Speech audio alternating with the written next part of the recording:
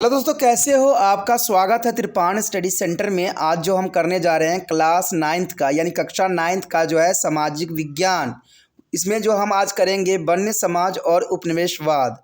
यानी देखा जाए तो साइंस में फॉरेस्ट सोसाइटी एंड कॉलोनिज्म बहुत ही महत्वपूर्ण क्वेश्चन है, जिसके में हम आज विचार विमर्श कर रहे हैं। हमने इसका पहले पॉइंट में ए बी सी डी के फॉर्म में हमने किया था, जो कि बहुत काफ़ी इंपॉर्टेंट क्वेश्चन था। उसके बाद हमने 2 से लेकर 6 तक हमने करना है, जो अब तक हमने 4 कर चुके हैं। अब जो है हमारा है 5वां क्वेश्चन है, जो कि बहुत काफ़ी इम्पोर्टेंट है और जो एग्ज़ाम व्यू से भी इम्पोर्टेंट अपना रखता है।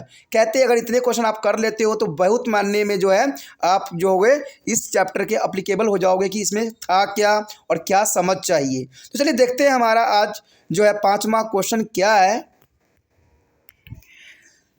Here the fifth question is the most important here. What kind of life is led by their tribals of the Bastar? There is the most important question here. What kind of life is led by the tribals of Bastar? There is the most important here answer. The people of Bastar believe that each villager was given it is a land by the earth.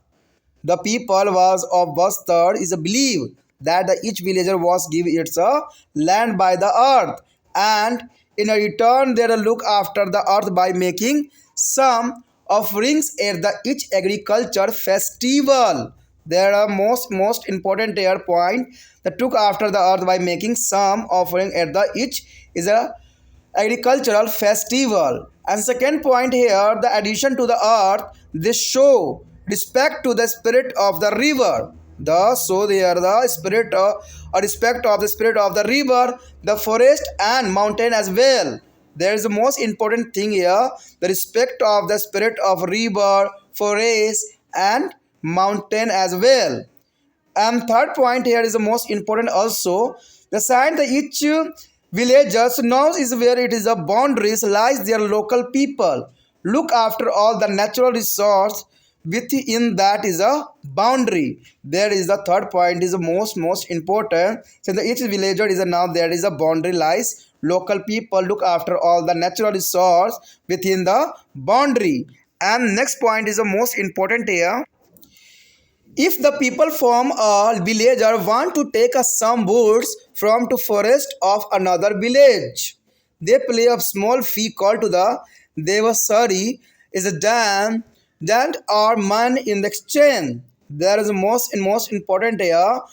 Pay a small fee is called Devasari and then a man in the exchange. Some villagers also protect their forest by engaging a watchman, and each household contributes some grain to pay them. There is a most important here. The some villagers also protect their forest by engaging a watchman, and each is a household contribute some grain to pay them. And every year there is a big hunt where is the head man of villager is there is a paragon is a meet of discuss issue of the concern including a forest. देखिए यहाँ पर जो जैसे मैंने आपको कहा था कि हमने सिर्फ बहुत महत्वपूर्ण क्वेश्चन को ही लेंगे, जो एग्जामिनर का जो है बहुत काफ़ी फेवरेट रहता है, महत्वपूर्ण रहता है। तो उसी के अंतर्गत जो है हमारा 5वां क्वेश्चन भी अपने इम्पोर्टेंट को यहाँ दर्शा रहा है कि आखिर इसकी इम्पोर्टेंट कैसे हो सकती है। देखिए बस्तर के आदिवासियों का जीवन कैसी थी। जो हम बस्तर, आपको पता है इस चैप्टर में हम या तो जावा क्षेत्र की बात करते हैं या बस्तर क्षेत्र की बात करते हैं, जहां पर जो है आदिवासी जीवन अपना जीवन व्यतीत करता है और यहां पर जो जापानीज अपना इफेक्ट डालना चाहता है, ठीक है, और अंग्रेज जो है हर क्षेत्र में अपना कब्जा करना चाहते हैं। यहाँ पर क्वेश्चन वन के अंतर्गत आता है, रेलवे के अंतर्गत आता है, ठीक है। तो यही सब होता है कि वन को संरक्षण कैसे किया जाए। तो जितना बात यहाँ इस चैप्टर में थी उस सारी क्वेश्चनों को जो है मैंने अपने जो है नॉलेज से उठाने की कोशिश किया है, और आपका ये नॉलेज लगाना है कि भाई इस क्वेश्चन को हम कैसे लिखें और कैसे जो है इसको अपने लिए संरक्षित करें, जो एग्ज़ाम तक हमारे लिए काम आ जाए। तो ये सोचना आपका काम है, मेरा नहीं है। तो इसको जो है फटाफट इसको नोट कर लीजिए, जो कि बहुत काफ़ी इंपॉर्टेंट है, और फटाफट इसको जो है दिमाग में बैठा लीजिए, क्योंकि मैं जानता हूं कि ये 5-6 क्वेश्चन के अंतर्गत ही एग्ज़ाम में क्वेश्चन कोई ना कोई बन के आएगा, चाहे घुमा के आए चाहे जैसे मर्जी आए, होगा इसी बेस पे आंसर, ठीक है। तो इसमें जो क्वेश्चन है हमारा, बस्तर के आदिवासियों का जीवन कैसा था। बस्तर के लोगों का जो है मानना है कि प्रत्येक गाँव की उसकी भूमि जो है पृथ्वी ने दी है। यानी कोई भी गांव हो, कोई भी क्षेत्र हो, वो सारे के सारे जो है भूमि पृथ्वी ने ही दी है। यानी वो पृथ्वी माता को मानते थे, इसलिए ये समझते थे कि ये जो है भूमि दिया हुआ है, पृथ्वी माता का दिया हुआ है, और बदले में वे प्रत्येक कृषि उत्पाद में कुछ भेंट देकर पृथ्वी को देखभाल करते हैं। यानी देखा जाए तो वो लोग उत्सव भी मनाते थे, पृथ्वी के उत्सव, जिसमें पृथ्वी के लिए वो कुछ न कुछ चढ़ावा भेंट दिया करते थे। तो ये बस्तर के आदिवासियों का जीवन का प्रमुख झलक थी।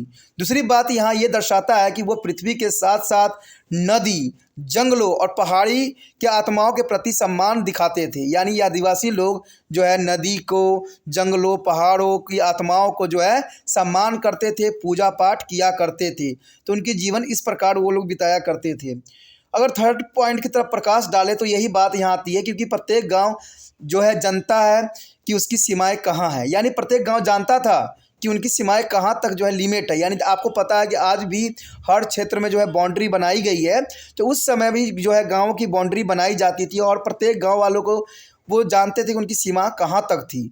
स्थानीय लोग उस सीमा के भीतर सभी प्राकृतिक संसाधनों की देखभाल किया करते थे। ठीक है, जहाँ पर क्षेत्र जो गांव बनता था उस क्षेत्रों को देखभाल करना उनका दायित्व था, और वो जो है महत्वपूर्ण कार्य भी समझा करते थे।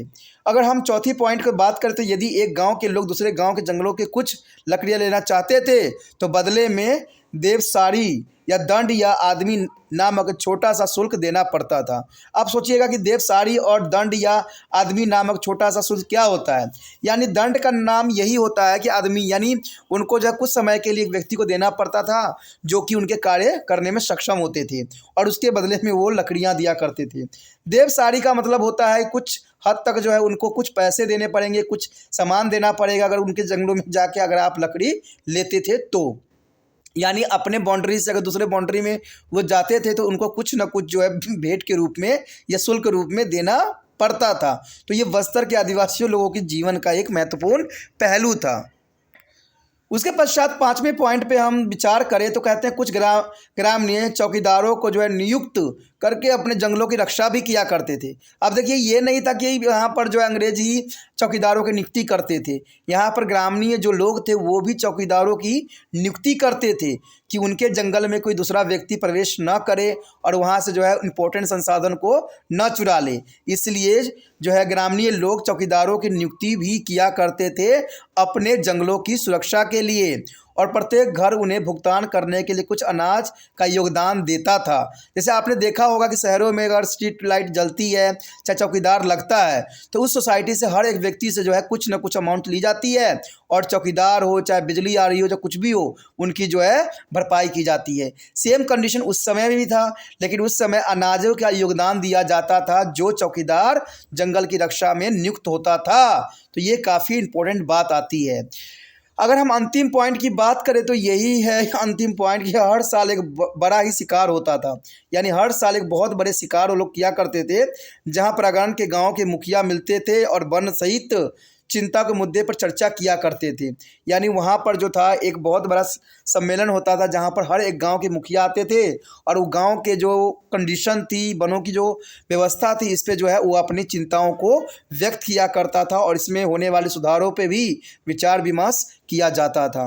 तो इस तरह से जो था बस्तर के लोग के जीवन जो थी बहुत काफ़ी इम्पोर्टेंट थी और हर क्षेत्र में उनका जीवन जो है बहुत ही सुचारू रूप से माना जाता था। तो दोस्तों इसी के साथ हमारा ये 5वां क्वेश्चन भी खत्म हो जाता है, जो कि बहुत इंपॉर्टेंट था। इसको जो है आप 100% नोट डाउन कर लेना, क्योंकि एग्ज़ाम में ऐसे ही क्वेश्चन बनते हैं, तो इसको आप इग्नोर नहीं करना। इग्नोर करोगे अपने पैर पे खुद ही जो है कुल्हाड़ी मारोगे। इसमें हमारा कोई दोष नहीं होगा। हमने जो कार्य करना था कर दिया, आपका जो कार्य है आप समझोगे आपने करना है। कहते हैं सिर्फ देख लेने से समझ नहीं आता है, जब तक आप पॉइंटों को नोट डाउन नहीं करोगे तब तक ये आपके लिए फ़ायदेमंद नहीं रहेगा। जब तक आप बार बार इसको अच्छे से शांति जगह पे जाके समझने की कोशिश करना।